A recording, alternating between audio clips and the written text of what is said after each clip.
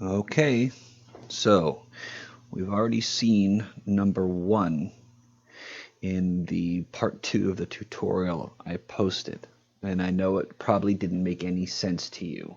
That's okay. It's the first time for a lot of us.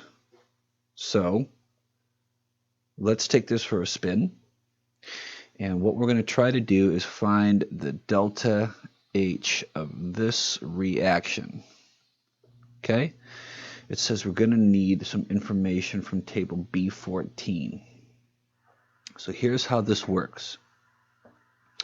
What we're trying to do in this reaction is make carbon dioxide. We're trying to do that from carbon monoxide and one oxygen. Okay?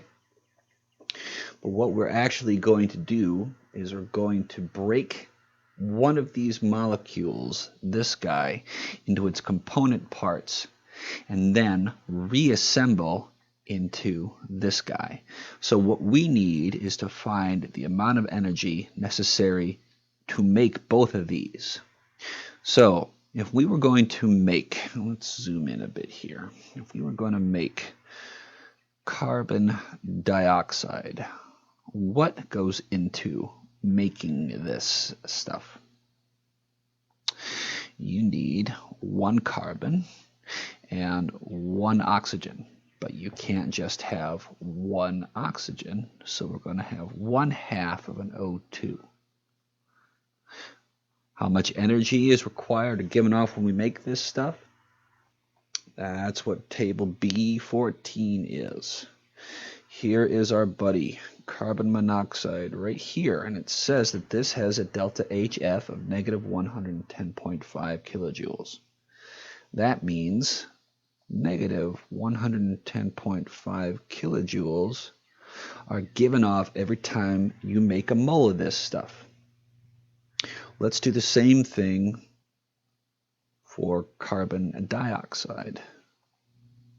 What we're trying to find out is how much energy is made or given off when we make this stuff. Well, what goes into making this? Well, to make CO2, you need a C and you need two O's. Well, it's not going to happen like that, but it's just as valid to write it like this. This is called a formation equation. In this case, it's called for carbon dioxide, and according to table B14, the heat of formation is negative 393.5 kilojoules. So, these are our step equations. This is what we call the target equation, and what we want is to make our step equations look like our target equation. How do we do that? Well, we want carbon monoxide as a reactant because we're breaking it down to make carbon dioxide. In this step equation, it's a product. So what we want to do is take this equation and flip it around. So we're going to rewrite it like this. Carbon monoxide is going to disassemble into one carbon and 1/2 of an O2. When we do that, we flip the sign. It gives off 110.5 kilojoules when you make it, but it requires 110.5 kilojoules per mole if you're going to disassemble it. So let's bust out our calculator. You all have one. We're going to take positive 110.5. From that, we will subtract 393.5. And that means that this overall equation has a delta H of reaction of negative 283 kilojoules. So what's our delta H? Right there. That's all you have to do. Okay, looks a little weird, but that's all we're doing. Okay? Let's try this guy, number 3. It already gives us the target equation. It's right here. And it gives us the heats of formation for iron 3 oxide and aluminum oxide. What it doesn't do is it doesn't give us the step equations. So what we're going to do is we're going to write out the heat of formation equations for both of these. In other words, if you were going to make iron 3 oxide, Fe2O3, you would need 2 irons. You can do that because iron is a solid. It's not a gas. You would need 3 oxygens, but you can't have that because oxygen always exists as O2. But you can have 3 halves of an O2. And according to this information right here, the heat of formation of iron 3 oxide is negative 826 kilojoules per mole. Don't even have to look it up in the table. This is our heat of formation for aluminum oxide. It looks like this, Al2O3. If you were going to make Al2O3, you'd need 2 Al and 3 oxygens. But you can't have 3 oxygens because oxygen doesn't look like that. It always looks like this. It's a gas. It's a diatomic gas. But you can't have 3 halves of them. And according to this, the delta HF of aluminum oxide, negative 1676 kilojoules per mole. Okay? So we already have our target equation right here. And each of these is our step equations right here. So what we want to do is flip one of these around so that these both line up to look like our target equation. Well, which one's that going to be? Aluminum oxide is already a product in our target equation. It's a product down here in our step equation, so we don't want to mess around with that. And here is iron 3 oxide as a reactant in our target equation, and it's a product in our step equation. So what we're going to do is we're going to flip this whole equation around so that iron 3 oxide is now a reactant. And that means we're going to disassemble it down to 2 irons and 3 halves of an O2. And when you do this, the sign of this energy changes to positive 826 kilojoules. All we got to do is add them up. What's the overall enthalpy of this reaction? We're going to take positive 826 and we're going to subtract from that 1676. This is negative 850 kilojoules, a very exothermic reaction.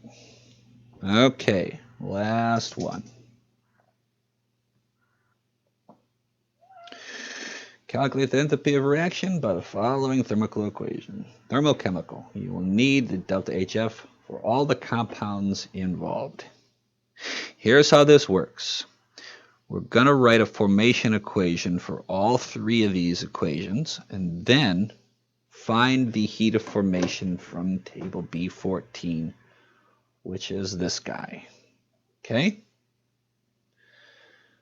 So let's do NH3 first. We'll just do them in order. If you were going to make NH3, what would you need? You'd need 1 N and 3 H's. But these are all gases. And you can't have that because they don't look like that. They look like this. So we're going to need 1/2 of an N2, 3 halves of an H2. And according to our table, By the way, this is called ammonia, NH3, so be careful. What's the heat of formation for ammonia according to table B14? Right there, ammonia. Negative 45.9 kilojoules per mole. Okay.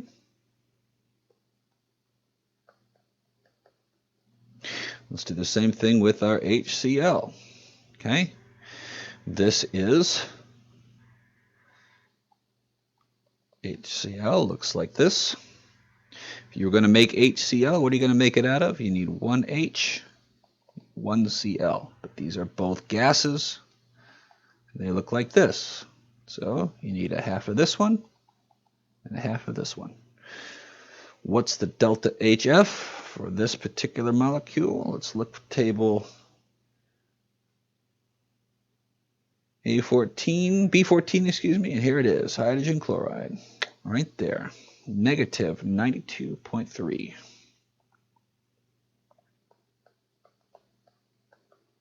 kilojoules per mole. And finally, this guy. This is called ammonium chloride. And if you were going to make NH4Cl, you'd need one N, 4 H's, and 1 Cl. But you guys are getting used to this by now. They don't look like that. They look like this. And according to this table, delta HF of ammonium chloride right up here, negative 314.4.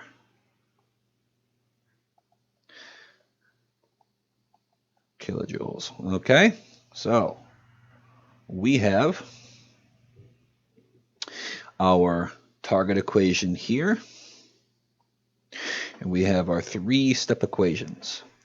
So the first thing we want is NH3 as a reactant. Here it is as a product. So let's flip this one around so that NH3 is being disassembled into N2 and 3/2 of an H2, and that flips the sign to positive 45.9. Here is HCl as a reactant. Here it is as a product.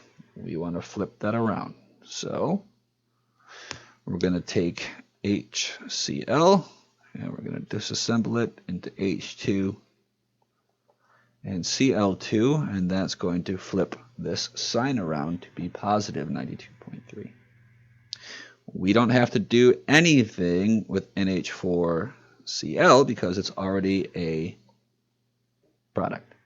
So, do these step equations line up to be the equivalent of our target equation?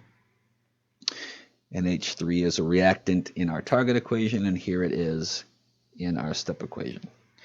HCl as a reactant in our target, and here it is in our step equation. NH4Cl as a product, and here it is as a product in our step equation. Everything else should cancel by appearing as a product in one and a reactant in the other. N2 cancels out N2. 1/2 Cl2 cancels out 1/2 Cl2. Here are 3/2 of an H2 plus another half, which is a total of 4/2, or 2 total molecules of H2 on our product side. Here it is on our reactant side, and that cancels out. So all we have to do is add these up.